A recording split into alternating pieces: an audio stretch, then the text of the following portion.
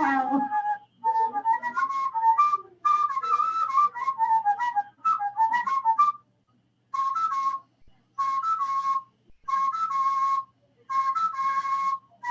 to Focus on Liberia. My name is Dennis Jah, and we are broadcasting from Atlanta, Georgia. In a short while, we're going to be beginning our discussion tonight on the history and culture of the Bandi people. In the meantime, enjoy the music.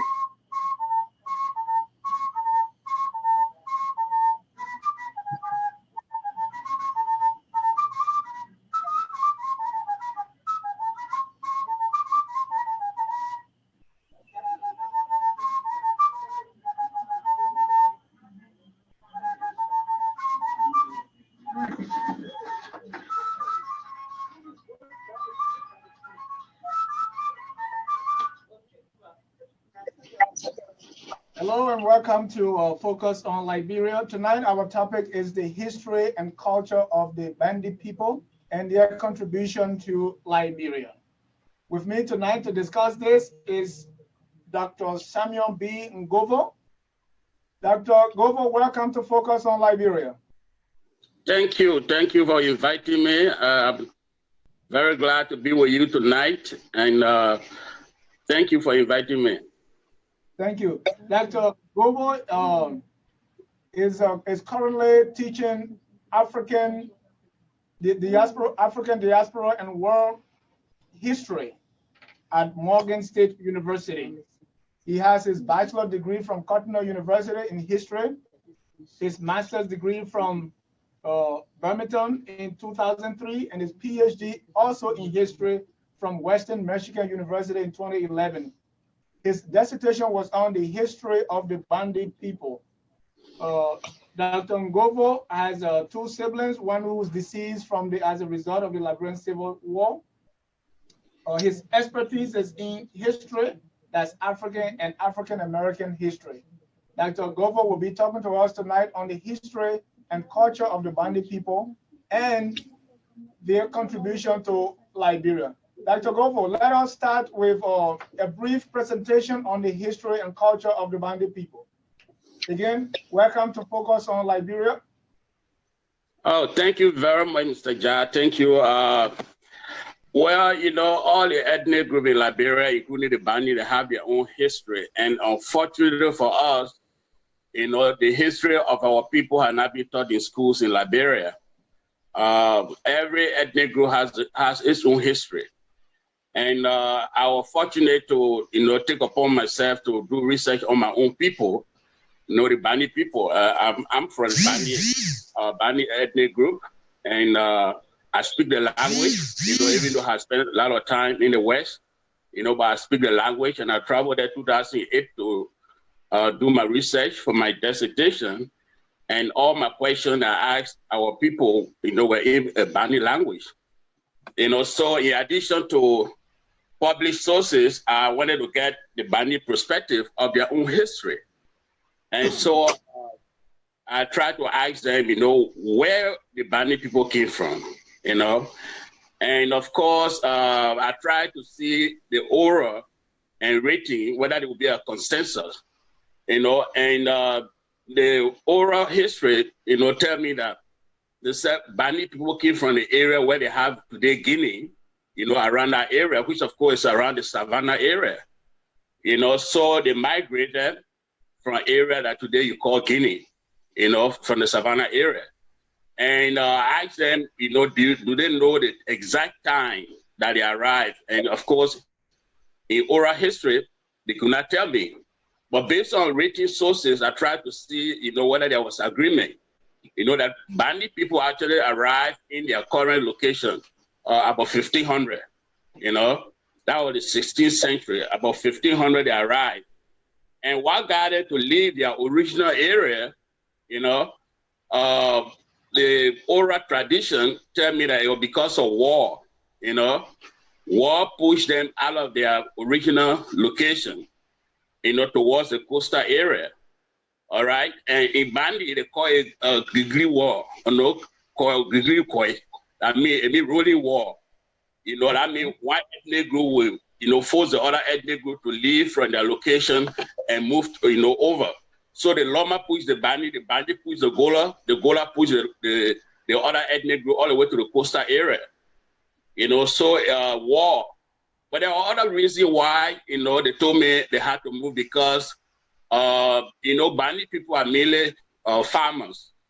They cultivate the land. And so they were looking for fertile land, soil where they could plant crops and rice. Bandi people are mainly rice producers. So they were looking for a place so that they could make their farm. All right. So war, including looking for a better place for farming, all helped, to push Bandi people all the way to where they are today. In terms of location, Bandi people are centrally located, among the other ethnic groups. They are located between the Loma, the Gola, the Kisi, the Mende, the Va also. All right. And so I tried to ask about how the name Bandi came about. They say, well, because of, persistent warfare, most ethnic groups, attacking one another, so the Bandi people, I think they were often attacked, by either the Kisi or the Loma. And during one of the war, the Bandi people said, oh, this war is hot now. And the meaning of Bandi, it means actually hot, H-O-T, hot. The war was so hard that, and so the neighbors, their other ethnic group began to give them their name, the name hot, which is Bandi.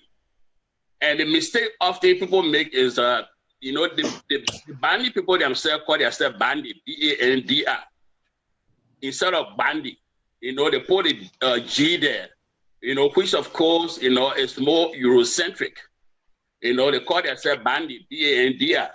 And the language itself is Bandi, B-A-N-D-I, so, and the location, the language, and all combined to give them a unique position, surrounded by other ethnic groups.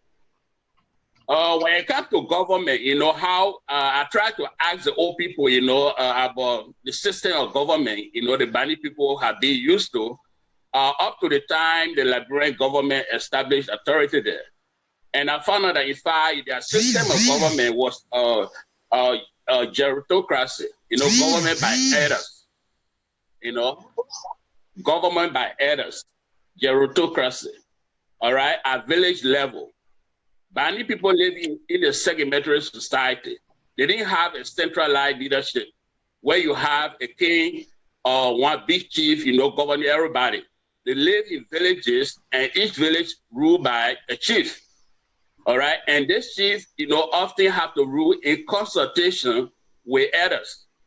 The elders, that often refer to as tabakulongai, it means the older people in the village often help the chief to govern. And that was the system that was in place until the Liberian government, arrived and established authority there. About I think 1907 or something like that. All right, and so also when you talk about cultural activity, Bandi people are known for a lot of things. In terms of it artistically, Bandi people produce country club, which are well known. I mean, the from cutting, whenever they plant rice, they pour cutting, and then they harvest the cutting, and the women weave the cutting. And the men also, the women spin the cotton and the men weave the cloth, into clothes. All right. So Bandi people also they are involved. They involved in blacksmithing, produce their own cutlass or cutlasses. Up to today, there are certain areas where they still do that, but it has gone down. The practice has gone down because people depend more on Western material right now. They bring in cutlasses from other areas to sell, and Bandi people are also involved in pottery. They make clay pots, which they use to cook their own food until you have aluminum pot coming in. So all these practices, have been dying away slowly because of Westernization. All right. So you have to see Bandi people making pot now is difficult. And blacksmith you can still see, but not all over, the land as it used to be. Also, you have leather working. Before people began to buy Western shoes, there were people who were leather workers, that produced leather shoe, animal skin, deer. They kill the deer, the skin the deer, and the skin they were able to keep it in some sort of herb, that would make it expand. And from there, leather workers were able to produce shoe, or they produce gloves, that when they're working on the farm, they can use. All right? And so they produce slipper, we call flip-flop, from leather work. All these ideas are dying out, because of westernization. So it's very difficult today to see Bandi people producing leather because the old people have died and the younger ones did not pick up the trade. All right? And then when it comes to education, of course, Bandi people have their own system, like any other ethnic group. But the main area where, Bandi people introduce education to children is through the Sunday and the Poorer society. Most of the time when people go to this area, they think that, they are going there merely, just to introduce the children to, different ideas, about how to be a wife, or a husband. But there are a lot of things people learn, Bandi people, they teach their children in Poorer school or Sunday school. In Poorer school as a man, I joined the Poorer myself. And it was there that I was able to learn the names of all the birds, the names of trees, to understand the herbs that are good for healing. If you got caught, what herbs would be, immediately important for you to, to use for healing. All right. And also, you learn the stories, wisdom, and you learn how to solve dispute. If people make palaver, or they have force, how are you going to settle the case? And often we give you the chance to be able to practice this so that, when you get older, this is why you put into practice. And also it teaches you how to provide for whom. If you got married, how are you going to take care of your family? All right. All these things are taught, while you are there. All right. How to treat women, And of course, Bandi people, they have polygamous marriage where you have a man have more than one wife. In case you have many women and there was conflict in the family, you the man, how are you going to settle the conflicts? All right. Yeah. So they teach you all this so that when you leave from the Poorer society, you are prepared to be a man. You see? But those years, people used to spend a lot of years, 7 years. I spent 4 years in the Poorer society. But nowadays, it's dying out. In fact, people go there for 2 weeks, because it's a school. They have the children got to go to school, so no need to spend a lot of time so the children are not learning the discipline. They are not learning, the cultural value. All right. So that was a way, even the women, that was a way women were able to learn how to take care of their husband. You as a woman, you're going to marry to a man that has so many wives. How are you going to win the love of your husband? Or how are you going to make your husband to love you more like the other women? All those things they will teach you while you are in the Sunday society. All right? Know the favorite food for the man. Know when the man will be hungry, that you cook for him, and he will ever remember that. All right? So many ways, that the Bandi people have been introducing their children to, or educating their children, other than Western education. All right? And then when it comes to religion, of course, belief system, Bandi people follow, ancestral religion, but mainly, based on totemism. Totemism is the belief that certain family are not supposed to eat certain animal. Okay. All right.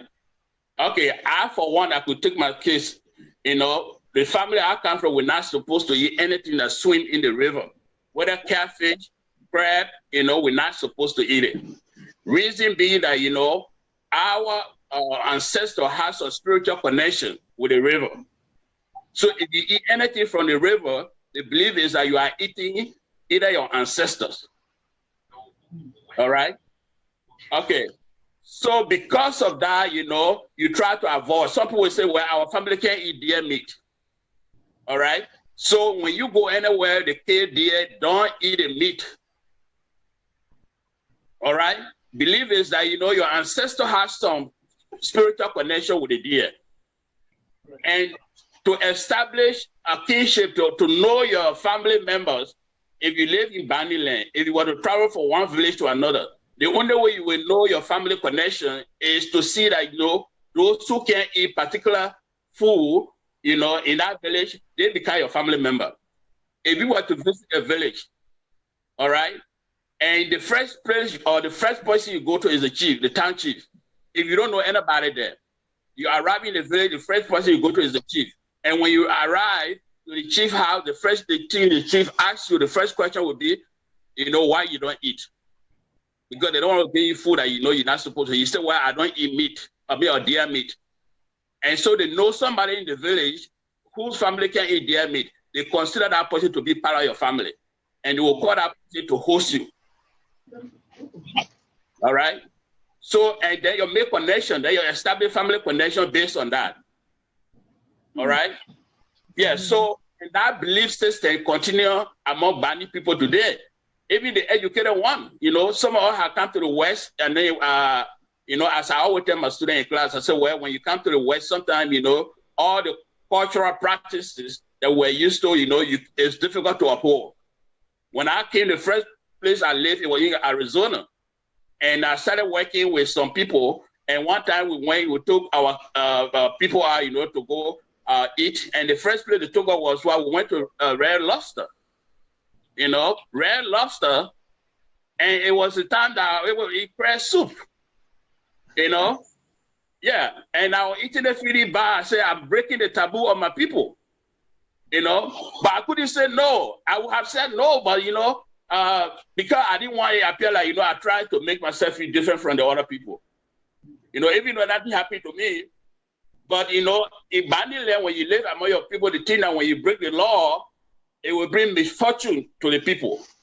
If somebody had miscarriage in the family, they will have to find out who broke the law. If somebody went to cut partner and fell from the tree, they said somebody broke the law. That's why this happened. And then misfortune in the family, will have to find out. And if you say I did it, they will have to cleanse you. That means they make herbs to take shower maybe for 1 week, you know, without herbs.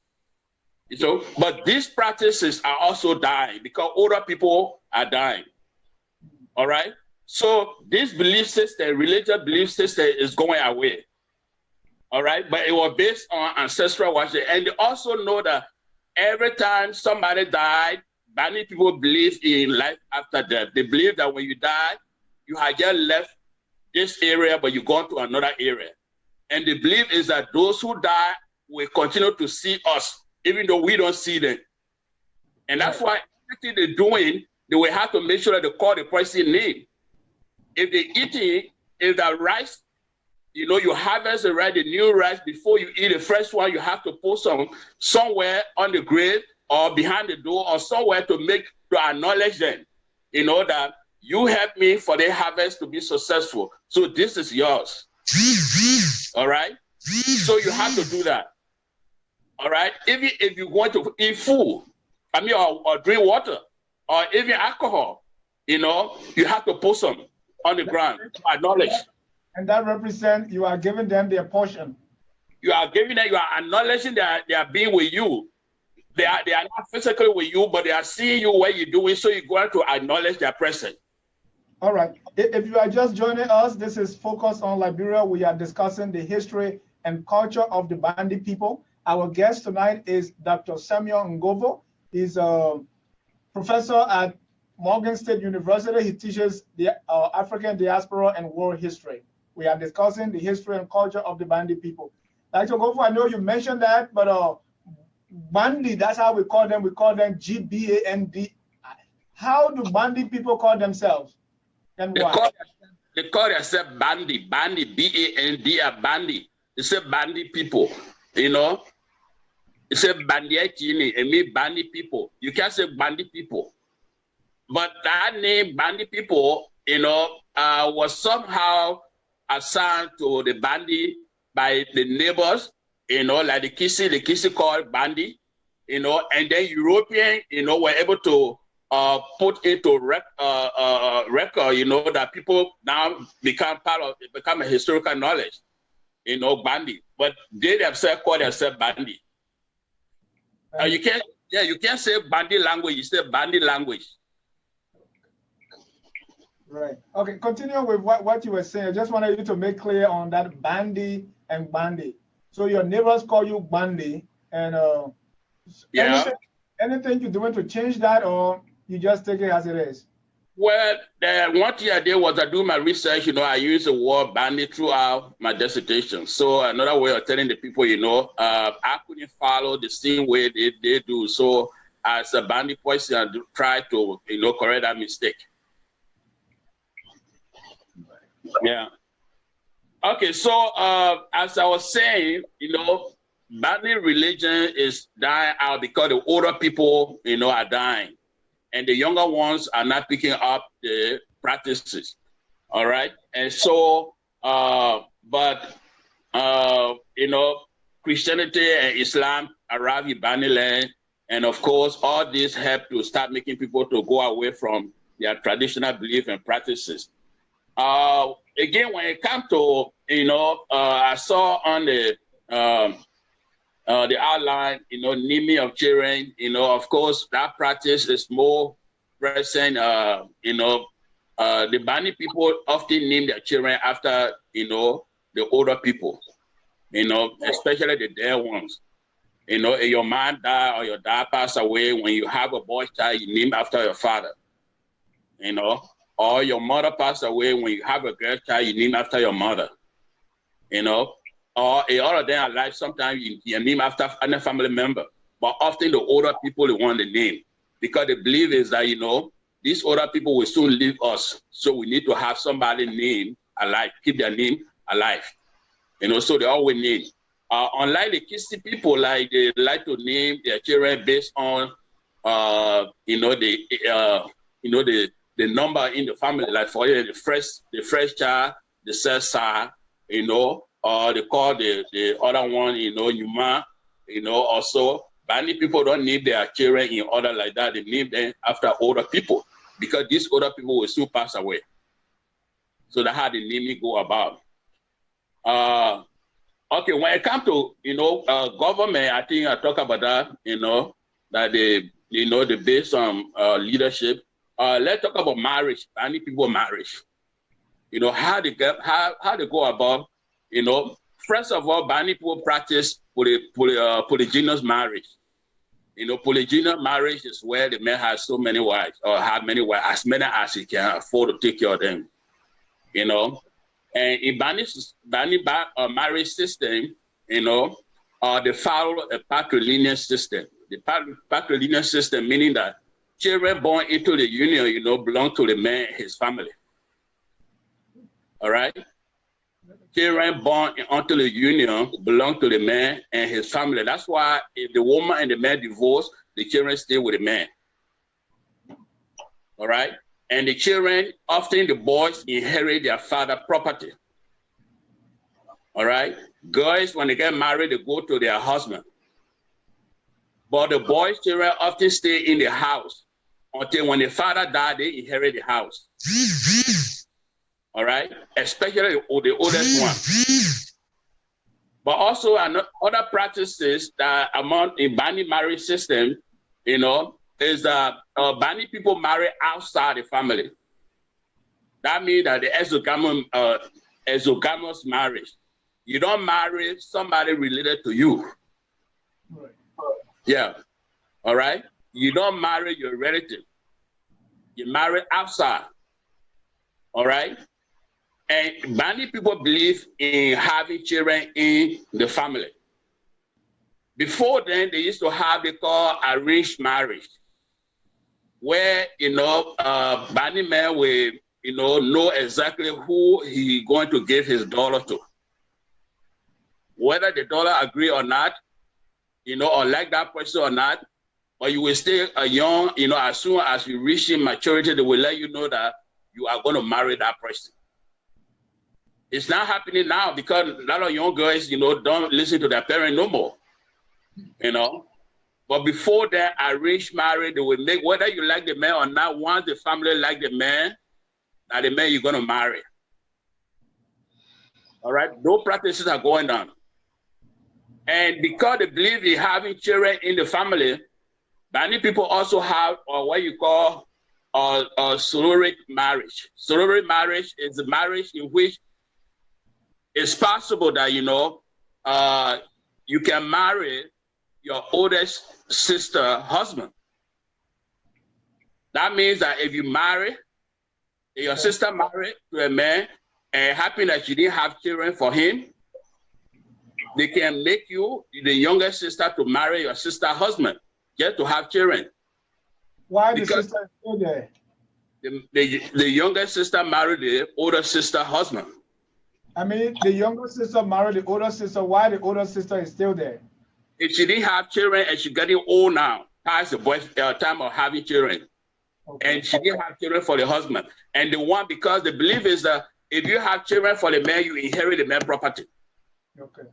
If another woman come in the house and have children for the man, even though your daughter was the oldest to marry the man, her children are going to carry the property.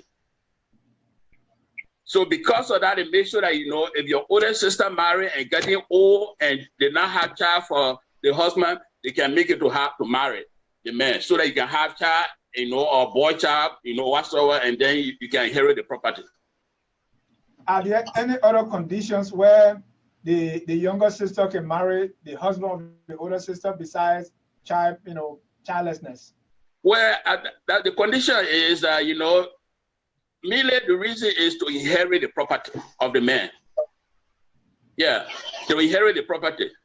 All right? Because if you marry the man, of course, you know, part of the man property share with you.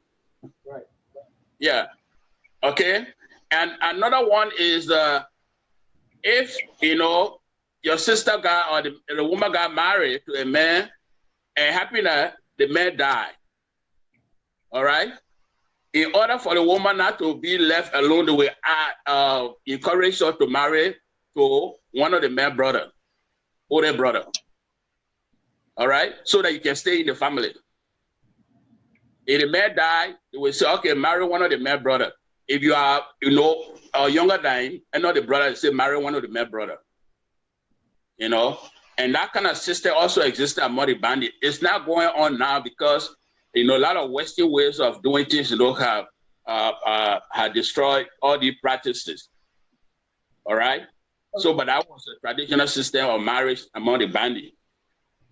Let's stay on marriage. When I was doing my research on the Bandi people, what I found out was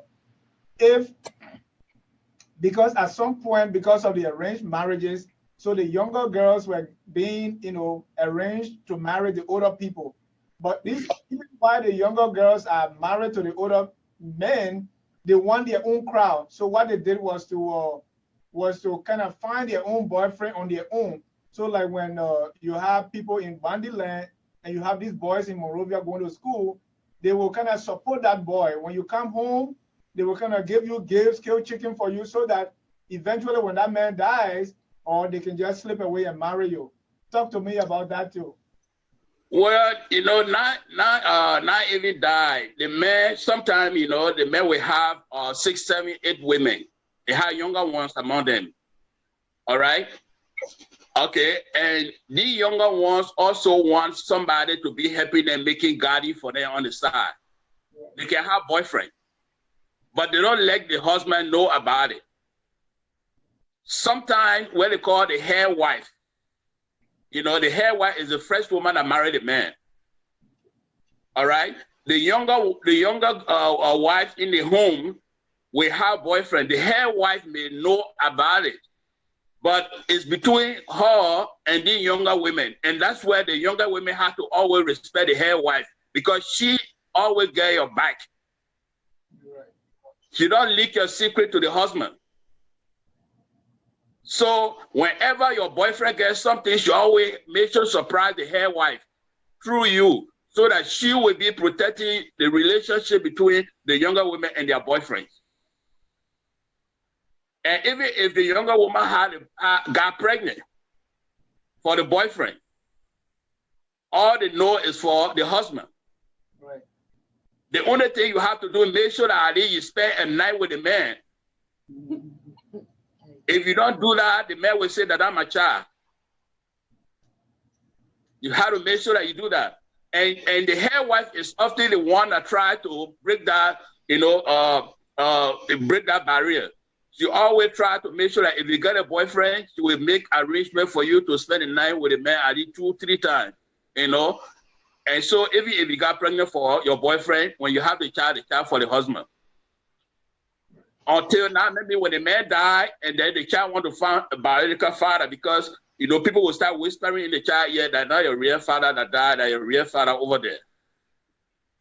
And so the child will try to find the father. Okay. Interesting. Right.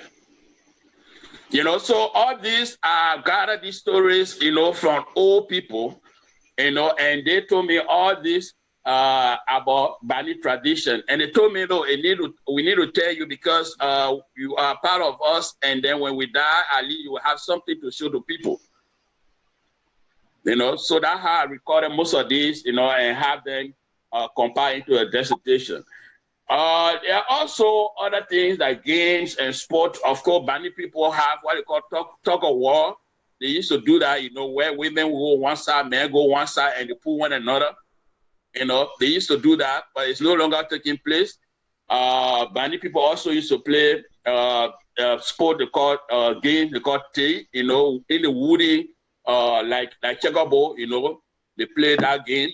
Also, the knowledge is disappearing because the older people that knew how to fix, the material, are all gone now. Some of them are alive, but they are not able to do it. Of course, entertainment, dance. Bandi people, the salsa, is very prominent in Bandi traditional dance. Salsa dance, where the women can beat the salsa and the men beat the drums. So all these are very prominent. In Bandi society.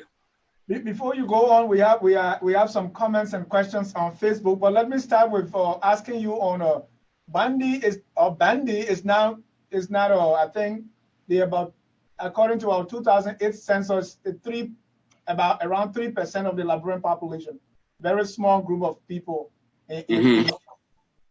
So how really do you identify Bandi people? Because most of the time in Lofa, we hear of the Loma and Kisi. We don't hear much of Bandi. How do you know Bandi people from the rest of the ethnic groups in Lofa? Well, even not limited to the Bandi, for now, it's difficult to identify any group by any other factor, Even if you speak the language, it doesn't necessarily mean you belong to that ethnic group. I can speak Kisi even though I'm not a Kisi person. I can speak Loma even though I'm not a Loma person. Bandi people, to identify, you have to go perhaps generations back. Even that, it will be difficult to say, oh, because my father, my great-grandfather was Bandi and my great-grandmother Bandi. So, I came from the Bandi land and my father, Bandi, and so I'm Bandi. All right? So maybe you have to identify by lineage, but not by language, you speak the language. And the Bandi people, don't have particular marks, that always portray them. Like you say, for Kisi people, they sharpen their teeth. When you see them laugh, so they're Kisi person. Or they put mark on their face, to show that, they are Kisi. Bandi people, don't have that. The only thing that they can do, which is not limited to Bandi, is the women often put mark on their back, in their waist. All right, when they join the Sunday society. All right, and for the men, of course they do the same thing for the men when they join the Poro, but that also is not limited to the Bandi. So it's difficult to just say, anybody could say, well, when you speak Bandi, you are a Bandi person. Okay. I have a question here from Facebook. What is the common thread that holds the Bandis, the Kisis, and the Lomas together?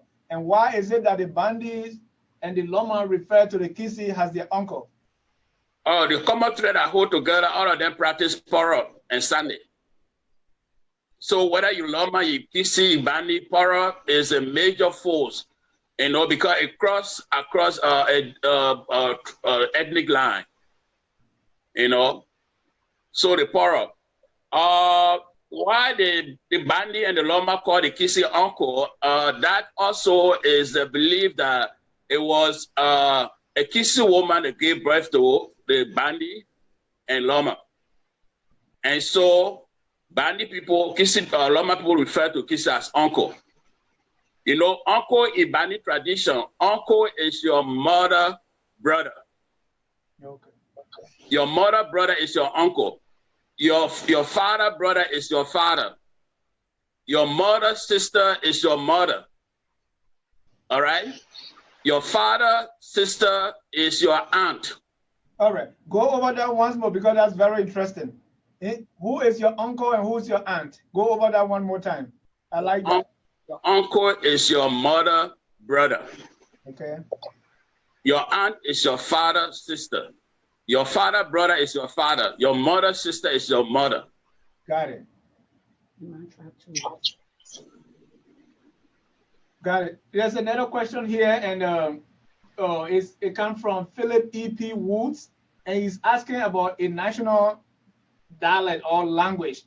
You see, and before we even go to Philip's question, is the Bandi language written, or is there?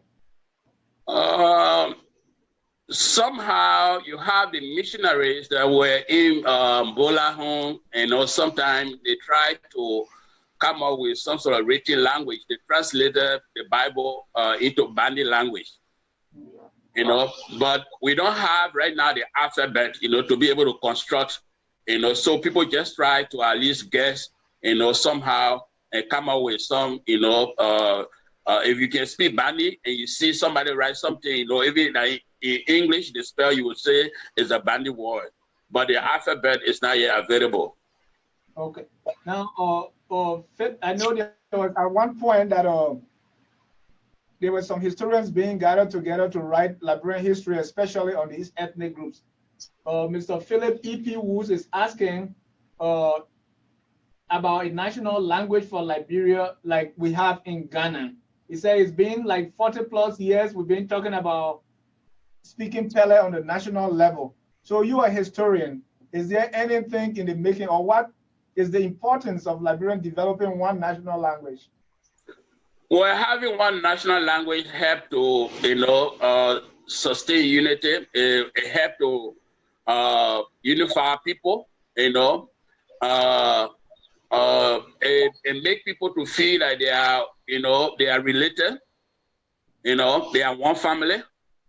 You know, and so if you can speak a language that I can speak, you know, I always consider it to be my brother.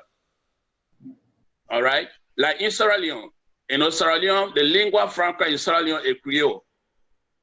All right? Whether you are Timini, you are Mende, you know, you are Loco, you know, but when you speak Creole, you know, they take you to be Salonian.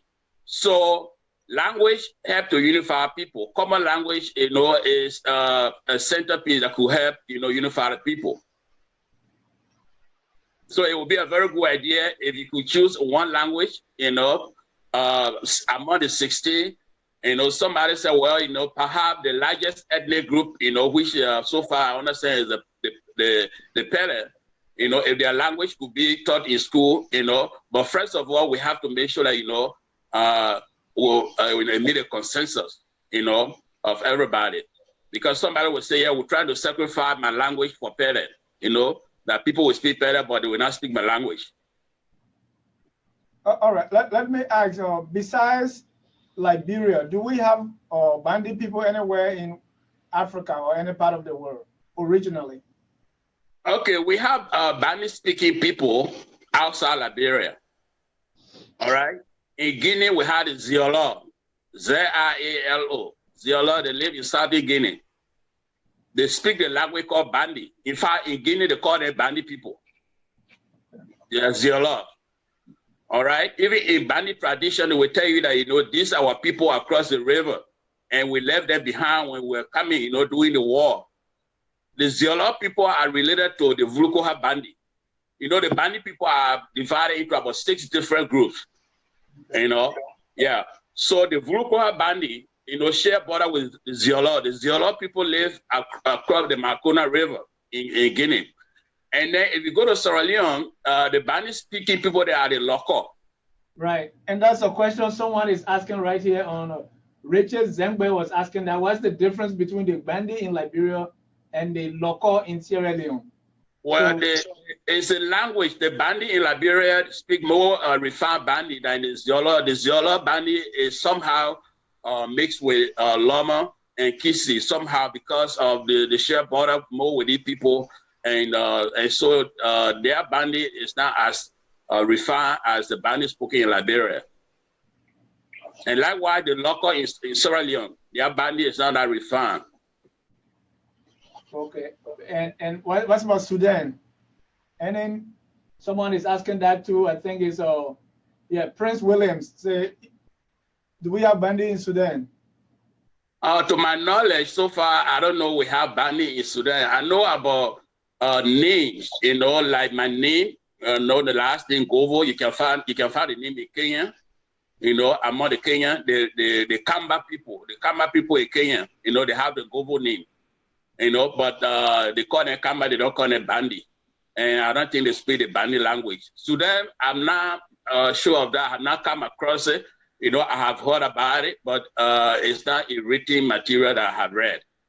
Okay. Your name is, we call it Govo, but it starts with an N, Ngovo. I know another Bandi whose name is Ndebe or something like that, like Neve. Yeah. Most of these Bandi names, how do you pronounce that?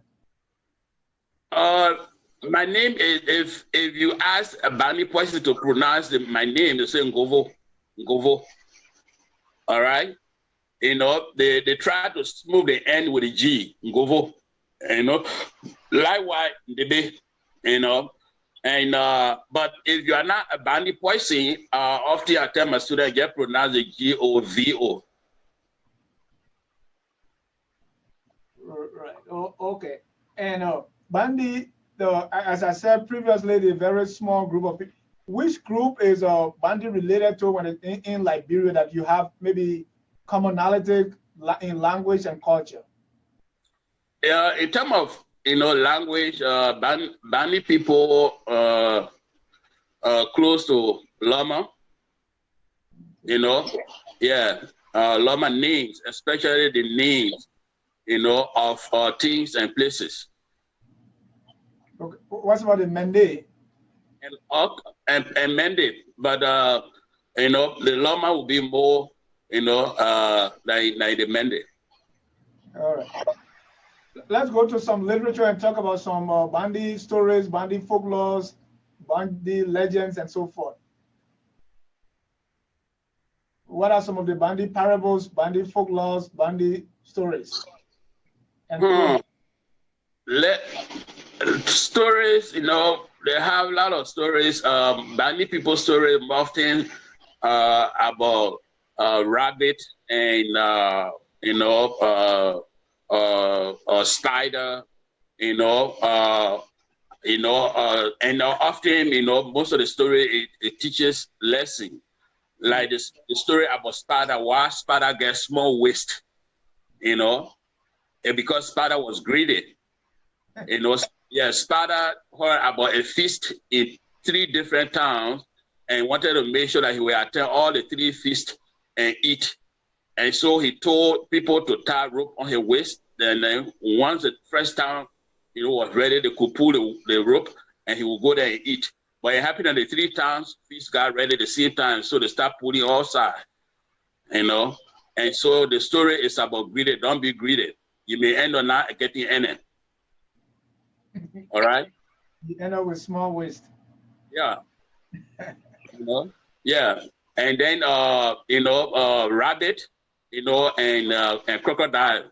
You know, crocodile wanted, you know, to have, you know, well, crocodile, you know, thought that rabbit, you know, was too frisky. And so he had been planning, you know, to, you know, actually, you know, do something to rabbit. All right. So when the rabbit went, you know, to the river to drink. Crocodile said, now it's my time. You know, you can't get this water because when you take the water, I will get you. You know, Rabbit said, you know what?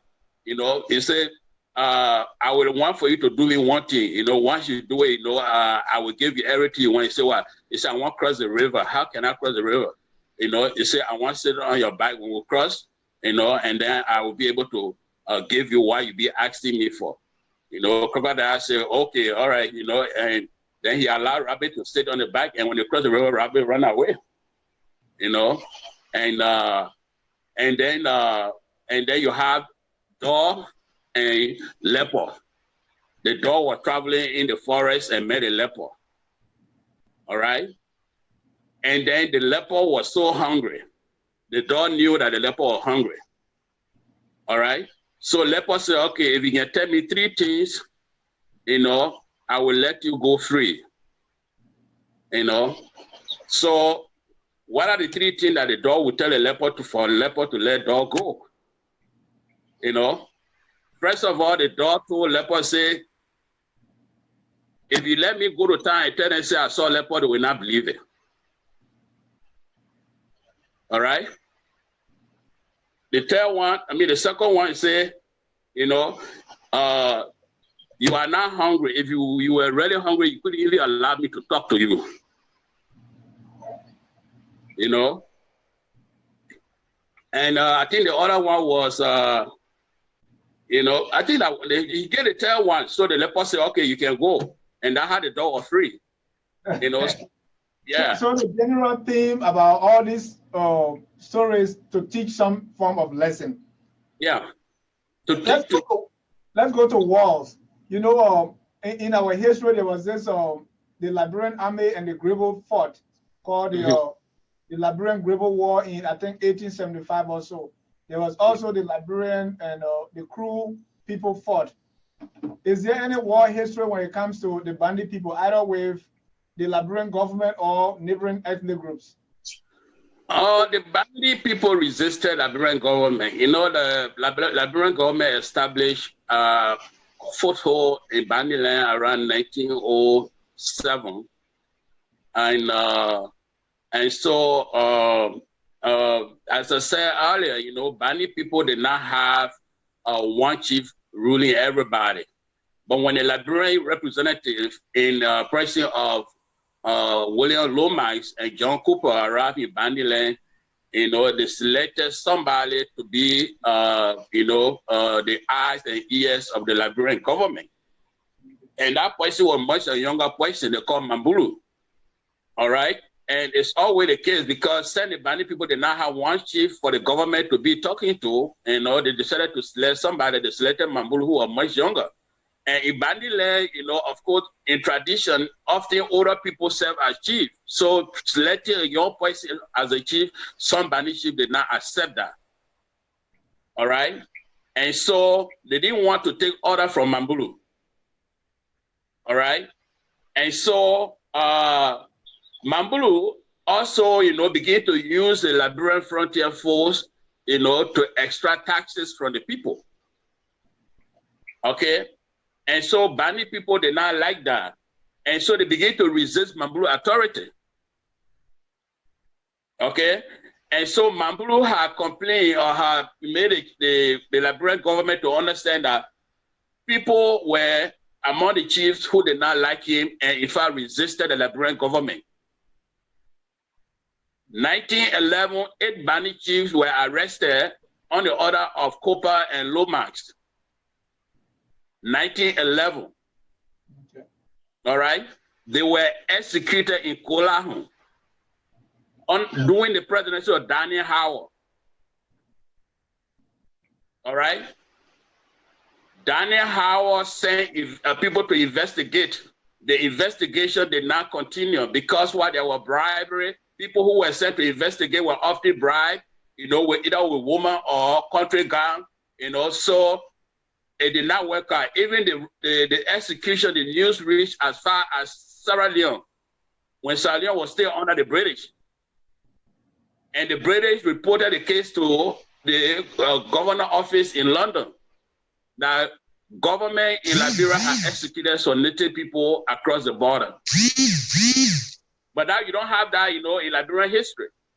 Right. And so, yeah, so a lot of Bandi people, about 10 or 15, they fled from Liberian side, they went to Sierra Leone side, they said they can't return. You don't have that in Liberian history. And why is that? You are a historian. Well, you know, because Liberian history had not been written. The history of Liberia is just the history of settlers. Basically, when we went to school, you know, we only learned about John Kizer, we learned about Matilda Newport, you know, and this, even though some of them are inaccurate. You know, Matilda Newport, they said he was part of the lady that made the flag. Of course, Matilda Newport died, you know, 10 years before the flag was made. The flag was made 1847 or 1848. Matilda Newport died 1837. How can her name appear as one of the ladies that made the flag? It was because to glorify, you know, the settlers. Right.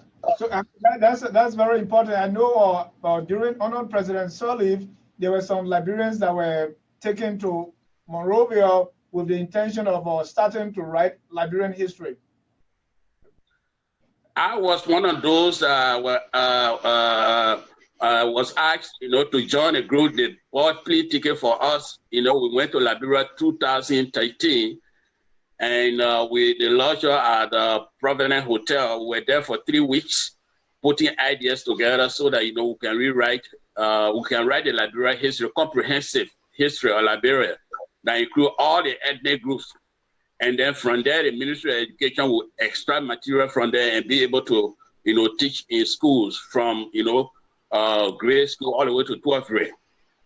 You know, and we came out with all the ideas. In fact, we came out with a various volume 1, 2, 3, 4. And then we distributed chapters. Each person should write a chapter. And the only thing that was left was for the government to allocate money. And the UNESCO said that if the government can give seed money, if the government can give the fresh money, we will match it. You know? They said because common history of Liberia would be used to what? You know, to pull people together, to unify the people. History got a way of unifying people. All right? And so, but later we realized that, you know, in fact, Madame Sirleaf, you know, saw that if this history is written, you know, in fact, there's some part of it might indict her because the Civil War will be discussed. And those who played a role in the Civil War will be included in the history. And so money that was intended for it did not come. And that's why the project, you know, died slowly. All right. And as a historian, I hope there are other ways that we can all join to make that dream succeed. But let me ask you a question from Babi Sano. He said, which religion the Bandi people are associated with in Liberia? I know really? you talked about that, but you talk to us more on the religion. Bandi have the traditional religion. I talk about totemism, but other than that, you know, if you talk about non-African religion, you know, Bandi people are Christians and Muslims. They have Muslim Bandi, they have Christian Bandi.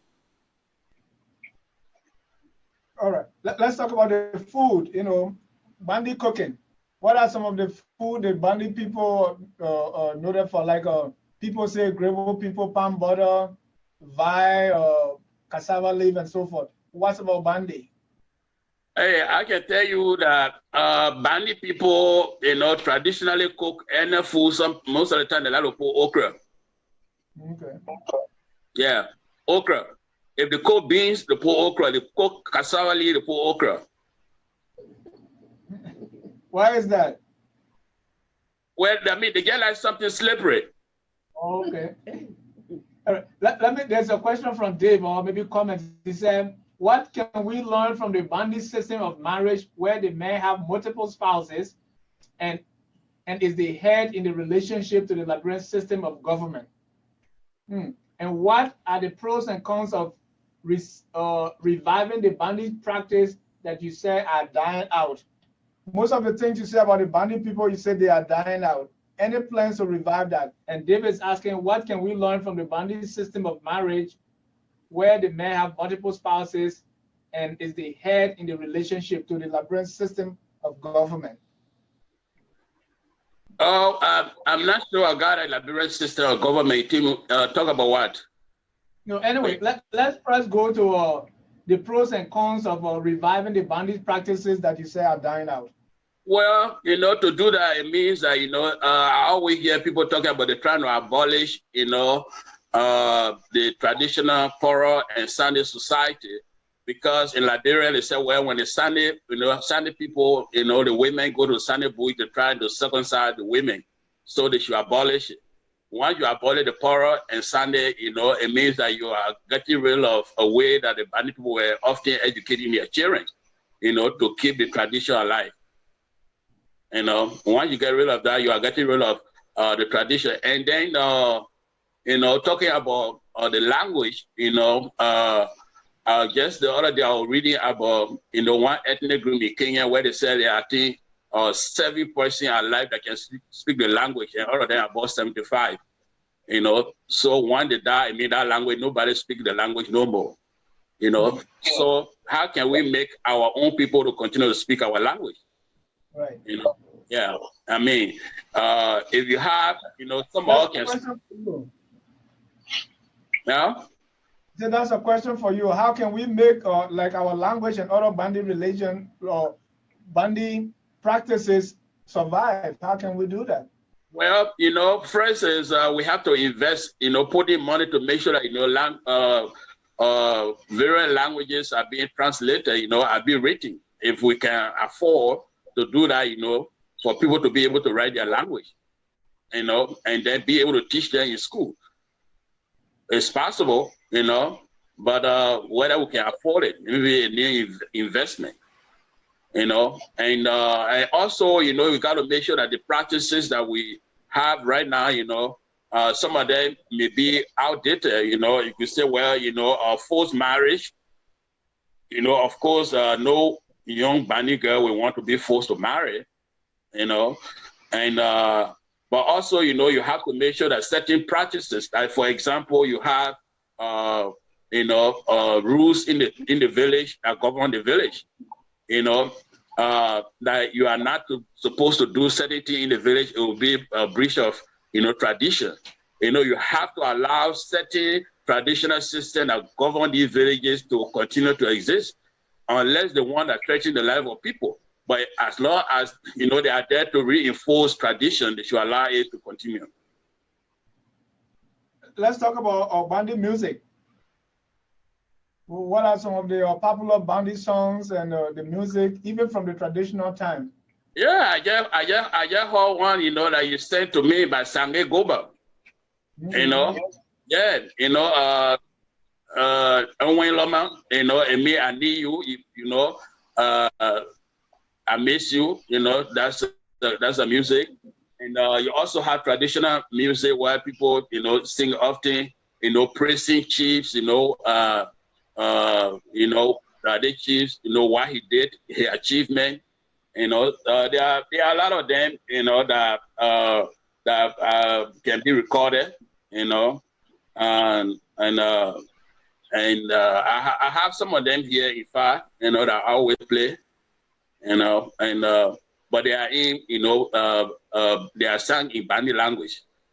Right, and that's beautiful. We want to learn that. So share them with focus on Liberia. One reason why we are doing this and we're talking about writing history is this can serve as an introduction, because like the language or the stories you are telling now, not many people know them. So how do you think, in a very small way, we can begin this process of writing our own history or passing on what we're doing now to the next generation? Well, first of all, you know, as I said, it requires money. It requires resources, financial resources to be able to support, you know, the kind of venture. Because if you're going to make people to write the history of Liberian ethnic group, you know, they will have to require time and money. You have to travel to Liberia, you know, and they still have old people, you know, many of them have died, you know, but they still have somebody that can still remember some of the tradition and be able to record them, you know, put them on paper, you know, so that we'll be able to, you know, eventually, you know, reconstruct them into history, you know, that will be taught in schools. And also, You know, that would be one way, you know, if you can afford money, you know, or write, you know, proposal, you know, looking for grant, you know, so that you can sponsor people to undertake the project. Okay. One reason we are doing this also is to dispel some of the negative stereotypes. Are there some Bandi stereotypes? And if you don't mind to give us some of those stereotypes, their origin, and the way those can be dispelled. Well, you know, like the Bandi get the stereotyping of the Kisi, you know, that the Kisi are quick to get angry, you know, they are not, they don't make good husbands because they're quick to beat their wives. You know, they are quick temper. You know. That is the Bandi people stereotyping the Kisi people. Kisi. And on the other side, the Kisi believe that Bandi people are lazy people. You know, they are not hardworking. You know, they only love pleasure. All right. And the Bandi people believe that Loma people, you know, are have superior knowledge in traditional medicine. So the Bandi people respect the Loma people when it comes to medicine. In fact, Bandi Zoos or traditional priests, they always try to imitate the Loma Zoos, you know, and also try to speak the Loma language as a way of trying to show that, you know, they are superior in traditional medicine.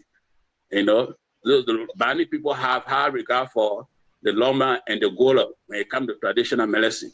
So they believe that these people, you know, they have a very strong superior knowledge in traditional. All right. We will soon be drawing down the curtains, but I have a few more questions from Facebook. Banado says, many Liberians cannot name 5 towns outside Monrovia geographically. What are some of the major Bandi towns? I know Kolahom. Give me 5 more.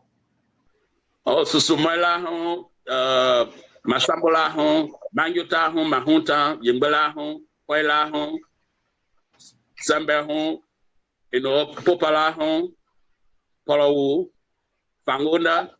I hear a lot of home at the end. What does that mean? It mean home, me town. Okay. So Kola home is Kola's town. Kola, yeah, Kola town. Kola home, Kola town. Okay. So just go over, because the question keep coming about the Bandi religion. They believe in many gods. You know what the Bandi believe. I know you spoke of some worship that even they regard sometimes fish, and that's why they don't eat. So just go over once more on the Bandi belief in a supreme God or many gods. Bandi people believe in one God. That's why they get a name for it. It means superior God. If they didn't have the name for it, it means that they don't believe that a superior God exists. They believe in a superior God. But the thing that, you know, the creation of God can be used as messenger. Like, for example, if people go and make sacrifice by the river, they are not worshiping the river. They use the river as a medium of communication. Likewise, if they sacrifice by the tree, they use the tree as medium of communication because they don't know what lies behind the river. They don't know what lies behind the tree or the mountain. So they use this as medium of communication, you know, to carry their messages, you know, to God. And what's the Bandits belief about afterlife? Oh, they believe that, you know, when you die, it's basically that you have just changed address. You know, you have left from this end, you live on the other end, but we, the living, can't see you, but you can see us. That's why they acknowledge you for whatsoever they do. If they're going to make farm, they make sure that, you know, they go to the grave and tell the person, we're about to start a farm, we want you to help, you know, for prosperous farming. Yeah. And when you harvest, make sure that the fresh rice, you know, is carried or shared with the person. Before we talk, yeah, they believe we have some Bandi organizations in the America or in the diaspora. I know, because wherever Liberians are, they want to come together. What are some organizations and what are they doing for Bandi land? They have one Bandi organization I know of in Philadelphia. They call Goyirangi, which in Bandi means one word. Okay. Yeah. What is the purpose? What are they doing for I know for Bandi land. They, promote, help send like school material, and also, make sure that, like Christmas, they try to send material there for people. And when somebody pass away, they try to share the sorrow by contributing, send money for people who pass away and maybe don't have the means to take care of their bereaved, or their disease. Yeah. So those are the things I think they do. And whenever they meet, they try to, cook Bandi food, rice and different stews, and dress the Bandi dress, wear some of the country cloth. All right. Before, when I was making my research for this show, I came across something about rape in Bandi culture. They say it's one of the most heinous crimes. Now, in those days, when a girl was raped, the person who was accused was burned to life. That's good. But he was burned to death. Well, in Bandi land, right now, it's not happening often, but it used to happen. But once ever, you rape somebody, they find you, the punishment was very severe, very severe. And that could in fact include death, if they really, you did it, they found out that you did it, that could be, and then besides that, because the belief is that if they don't punish you severely, the stigma going to be on you. You can't afford to live in any town because the name that we give you, number one, it means raper, and they can't allow you to live in any village, and no, you're not going to live in the forest. Right, and even when they are killing you, they say your parent will be the first one to bring the wood that they will use to, and they will be the first to touch you. Well, those things happened, I think, many years ago. Maybe I did not see one of that happening, and people told me about it, I did not record that, to show particular person that was burned on the stake or what. But they told me that, they used to do it many years ago. All right.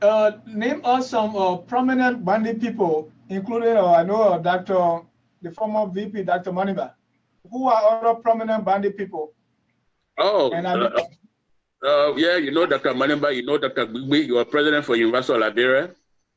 Yeah, Dr. Gbandi. All right. Yeah, Dr. Bole, he is a director for LIBR, Liberian Biomedical in Habel. All right. But this has been very, very informative. Really? Dr. Ngovo, thank you so much. Before we conclude, I just want you to make your final comments and anything that you want to conclude with. Well, first of all, I would say thank you for having me this evening, and I hope this program will continue. You will be able to get people to talk about other ethnic groups, and your dream of keeping, people aware or educated about, the various cultural, social, and historical, knowledge about, different ethnic groups in Liberia. I think it's a worthy cause. I hope you will continue, and if we come to writing, putting some of this into writing in the near future, and I will be happy to participate, if you get me involved. And it's very informative, it's educative, it helps people who didn't even know about some ethnic groups, and they get you to know, about this ethnic group through your program, so say thank you for having me. And thank you so much. And to all our viewers and listeners, we say thank you so much for joining us tonight. I want to thank our producer, Mrs. Yasendi Martin Beye. I want to also thank Stephanie, who's our engineer and also our guest relations manager. Until next time, we will say thank you so much for our guests, especially those who have participated with your questions and comments. To all our those who support us, we want to say thank you so much. At this time, we're going to end this broadcast with a beautiful Bandi music, and I hope you enjoy it. All right, thank you.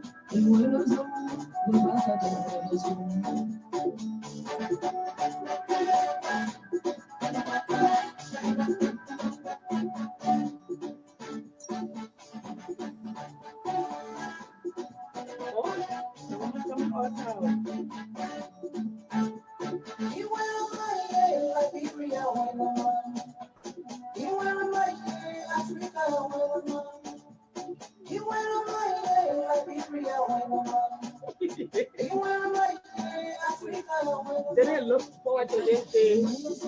Oh, yeah. We're having a culture show. They got